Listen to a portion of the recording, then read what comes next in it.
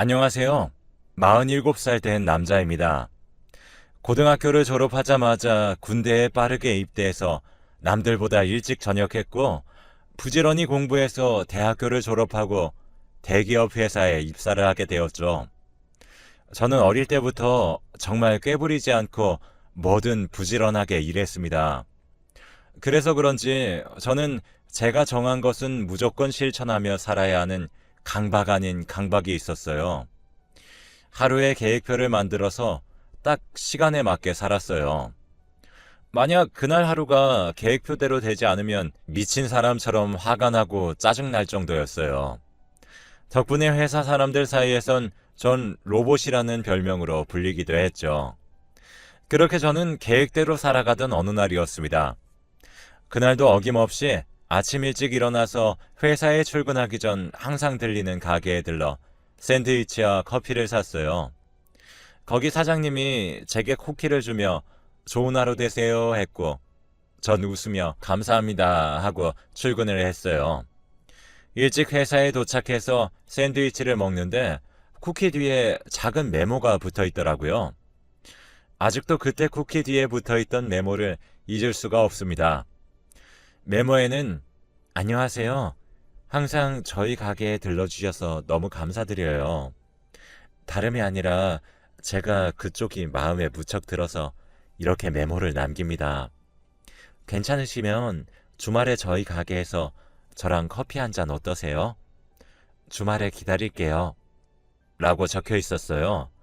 글씨조차 너무 작고 동글동글하니 귀여운 글씨체였어요. 저는 여태 살면서 여자를 한 번도 만나본 적이 없었고, 이렇게 먼저 다가와 준 사람조차 없었기에 처음엔 당황했어요. 그런데 마침 그날 주말에는 약속도 없었고, 여성분이 먼저 용기 내주시는 걸 거절하는 것도 예의가 아닌 것 같아 주말에 만나게 되었죠. 그렇게 주말에 그분의 가게에 가게 되었고, 그분은 정말 수줍어하시면서 저를 반겨주셨습니다. 저는 들어가자마자 장사하셔야 하는데 괜찮으신가요? 했고, 싱긋 웃으면서 제게 오늘은 장사 쉬려고요. 중요한 약속을 잡아서요. 하더군요. 그분이 싱긋 웃으실 때마다 저는 심장이 쿵쾅쿵쾅 뛰었습니다. 처음 느끼는 감정에 저는 혼자서 별의별 상상을 다 했습니다. 진짜 이 여성분이 내게 호감이 있는 걸까? 하며 진짜 별의별 상상을 하며 서 있는데, 그분이 제게 자리에 앉으라고 말을 하고는 제가 아침마다 항상 먹는 샌드위치와 커피를 내주었어요. 그리고 저희는 얘기를 했고, 얘기를 하면 할수록 정말 이렇게 잘 맞는 사람이 있을까 싶을 정도로 상상 속에 완벽한 이상형을 만난 것 같았죠. 그렇게 저희는 그날 이후 더욱 가까워졌고, 처음에는 서로 알아가며 지내기로 했었습니다. 그러던 어느 날 야경을 보러 남산으로 갔던 날이 있었습니다. 그날 그분이 제게 있잖아요. 우리 무슨 사이예요? 하며 제게 묻는데 순간 아차 싶더군요. 저는 다급히 저기 그게 제가 좋아하고 있습니다. 라고 대답했어요. 그랬더니 그분은 싱긋 웃으면서 그럼 우리 오늘부터 진지하게 만나요. 해서 그날부터 저희는 연인이 되어 만남을 이어나갔습니다. 매일 아침 여자친구의 가게에 들러서 아침을 사서 회사에 오면 쿠키 뒤에 항상 재현씨, 오늘도 힘내요. 오늘 끝나고 같이 저녁 먹어요. 하고 쪽지를 넣어 주었어요. 그게 너무 귀엽고 설레서 처음 받은 메모부터 버리지 않고 모아두었습니다. 그렇게 저는 여자친구를 만나면서 계획적인 사람에서 일반 사람처럼 평범하게 살게 되었죠. 여자친구를 만나다 보니 변수라는 것은 존재할 수밖에 없었고, 그 변수는 늘 새로운 시도를 할 수 있게 해줬죠. 일이 일찍 끝나는 날이면 여자친구 가게로 가서 여자친구를 도와주면서 데이트를 했고, 야근하는 날이면 여자친구가 야식을 만들어서 회사 앞으로 왔습니다.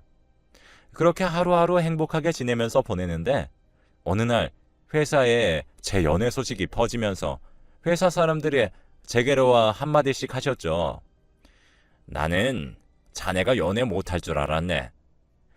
재현 씨, 여자친구 만난 후로 인상이 좋아 보여요. 여자친구 잘 만났네. 부럽다. 등등 좋은 말들을 많이 해주었어요. 그 전에 저는 너무 형식적이고 계획적인 사람이라 친해지기 힘들었거든요.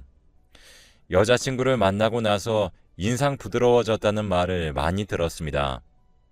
살면서 처음 들어보는 칭찬에 저는 여자친구 가게에 가서 여자친구에게 그날 있었던 일을 말해 주었어요. 여자친구는 웃으면서 오빠, 원래 되게 다정한 사람인데 회사분들이 잘 몰랐나 보다 하는데 그걸 듣고는 아, 이 여자 정말 놓치지 말아야겠다 생각했습니다.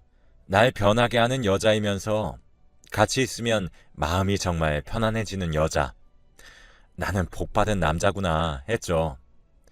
그러고 저희가 연애한 지 1주년에 여자친구에게 프로포즈를 했고 여자친구는 좋다고 울면서 제게 안겼습니다.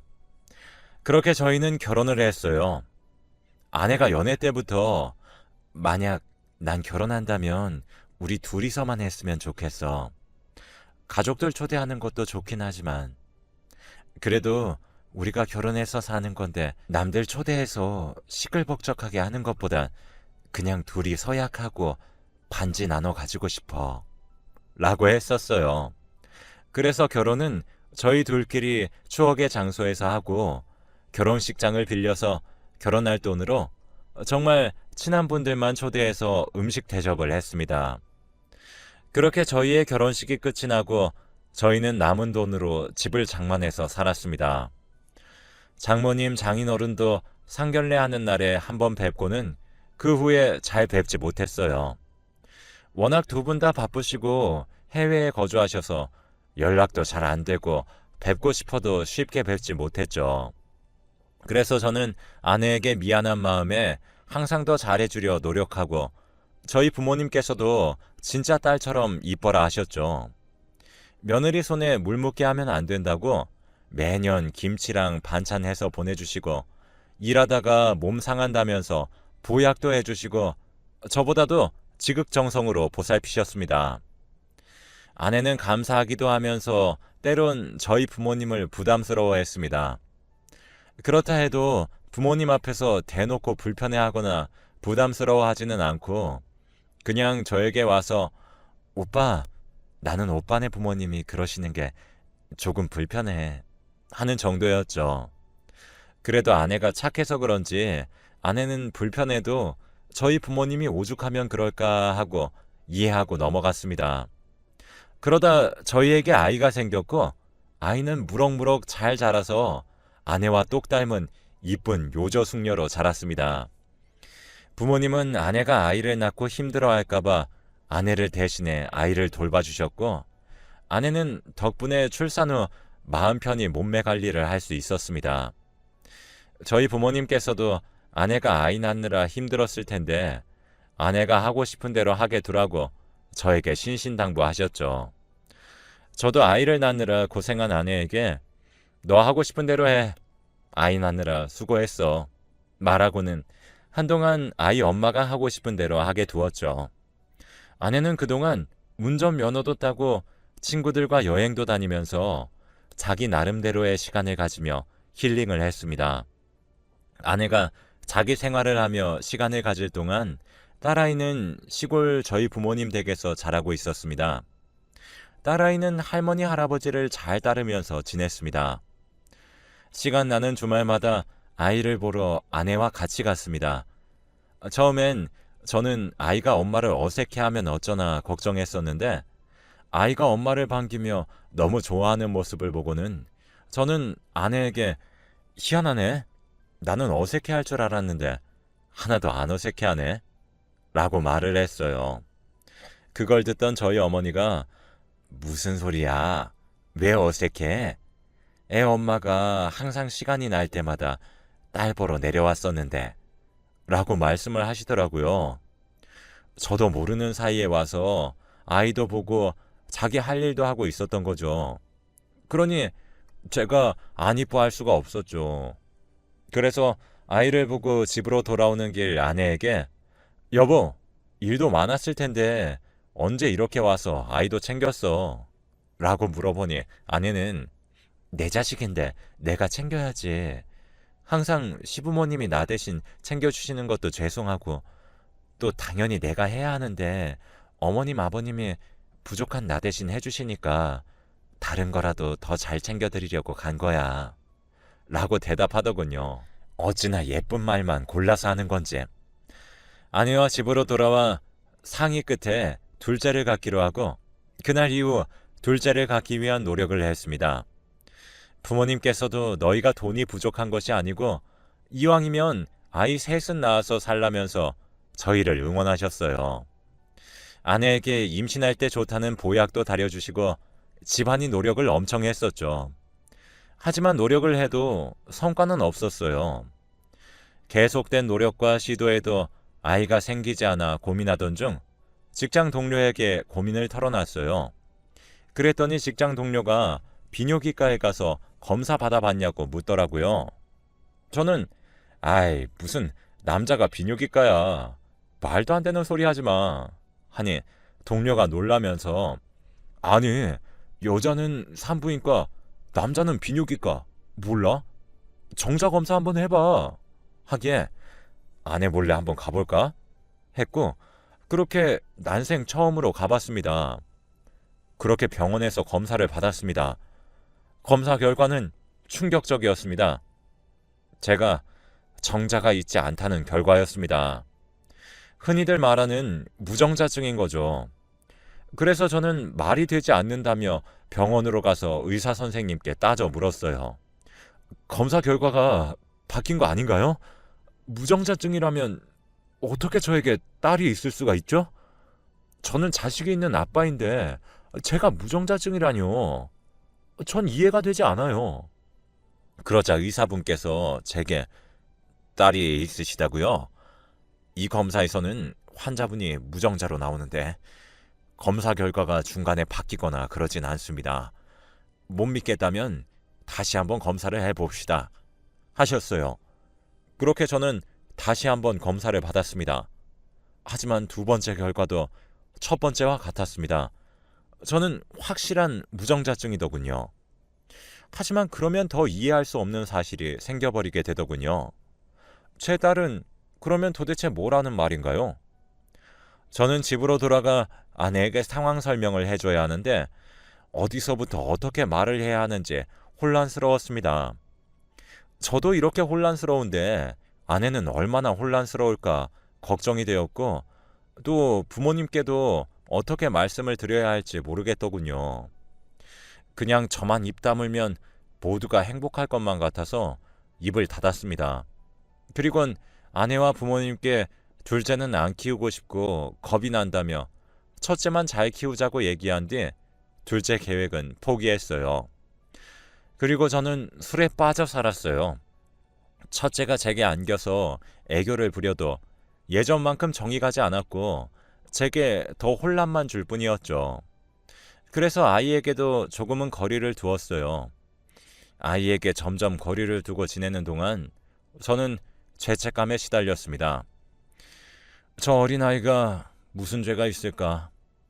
여태 내가 아빠라고 생각하고 자란 아이를 이제 와서 아이에게 아빠가 아니라고 한다면 얼마나 큰 상처를 받을까? 그래서 전 딸을 낳은 정보다 길러준 정이 더 크다고 아이를 상처받지 않게 진짜 제 친딸처럼 키우기로 했어요. 모든 걸 밝히기엔 제가 너무 겁이 많고 아내를 너무 사랑하기에 그러기 싫었습니다. 그래서 그렇게 가슴에 품고 살아갔죠. 그렇게 딸아이의 세 번째 생일날 부모님과 같이 식사를 하는데 아내가 음식 냄새를 맡고 헛구역질을 하더군요. 저는 놀라서 아내 쪽을 보았고 부모님께서도 놀라서 쳐다보셨죠. 아내는 참다 한계가 왔는지 자리를 박차고 나갔고 그 자리에서 얼음이 되었습니다. 부모님은 제게 둘째 안 만드다더니 언제 만들었니?